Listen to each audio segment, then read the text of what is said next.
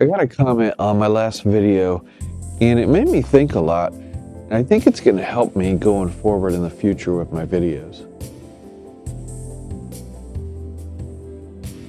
YouTube has been quite the journey that I've been on. Been on for a little over a year, and I'm always learning. There's always something to learn, and I've learned a lot from videos that I've watched or books that I've read or courses that I've taken and even mentors that I have.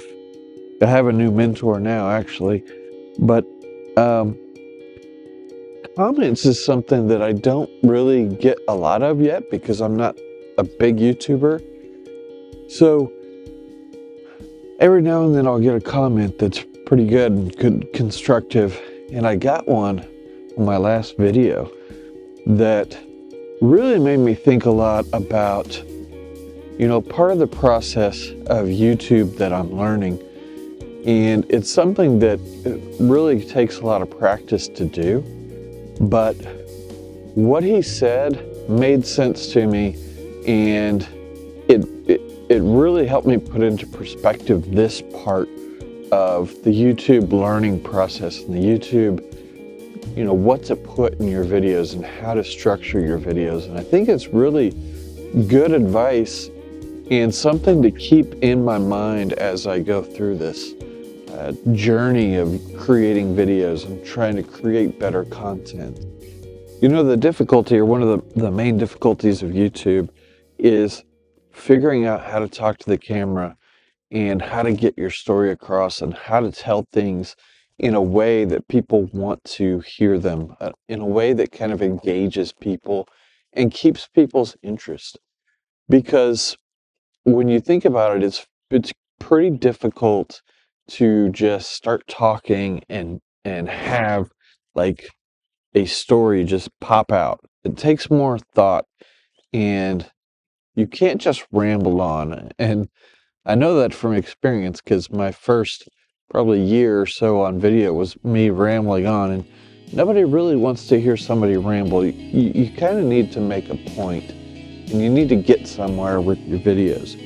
So there's a learning process to that side of it that I don't think, if you're not in YouTube or some sort of form of,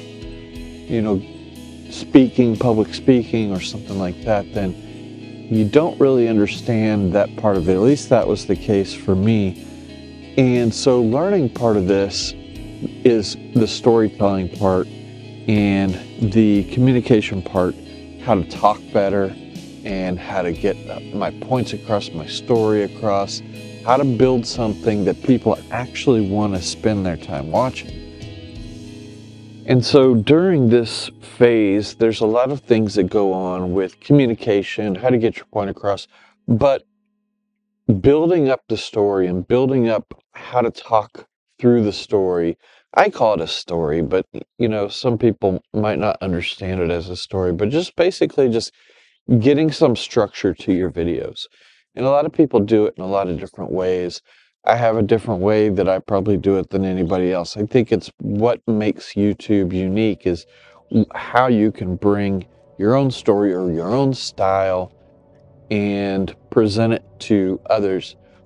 So in that journey, there's a lot to learn about how to bring a point and present your point and keep somebody engaged, keeping you from losing interest and clicking out.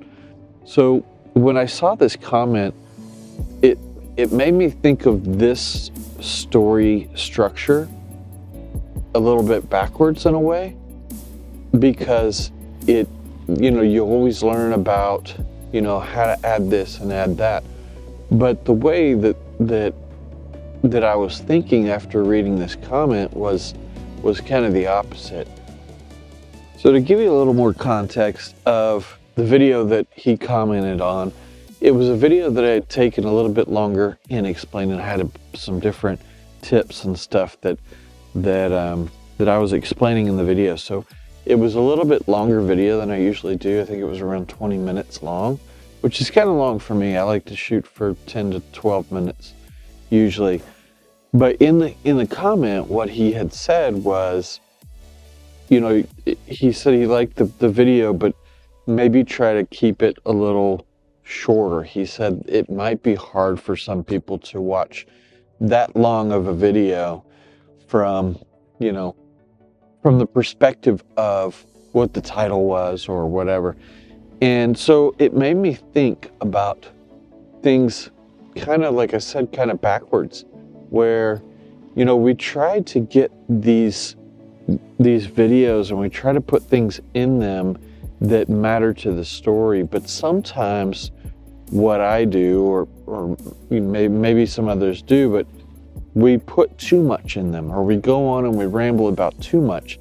So sometimes it's more about taking some things out, or editing things out, or maybe when you're talking, try to think about, does that really add value to the story that I'm trying to tell, or to the point that I'm trying to make? So looking at this, it made me think about things in a different way. It made me think about, when you click on a video, what you're doing is you're spending your time. Your time is obviously a precious resource for us all. And so I'm grateful that when you click into my video and you watch my video, and all the time that you spend watching me and my videos, I'm grateful for that time. So I don't want to waste that time. I don't want to sit here and tell you stuff just to fill the video and fill the time on the video. I want to get my point across, and if it doesn't pertain to the point that I'm trying to make, then why am I saying it, or why am I wasting your time?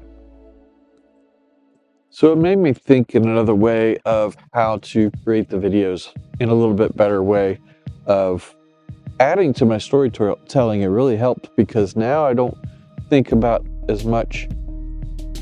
I'm going to start thinking more about what do I need not to say, instead of, what can I add, which I had done a little bit in the past, but I'm going to be more thoughtful of that going forward. So I thought it was a good tip, and the advice was good. And it's hard, I think, sometimes to leave a comment that has critical advice in it. And I think as long as it's constructive, like, I like to hear that stuff. I like to hear what I'm doing right or what I'm doing wrong, as long as it's, constructive, not something mean or something I can't do anything about.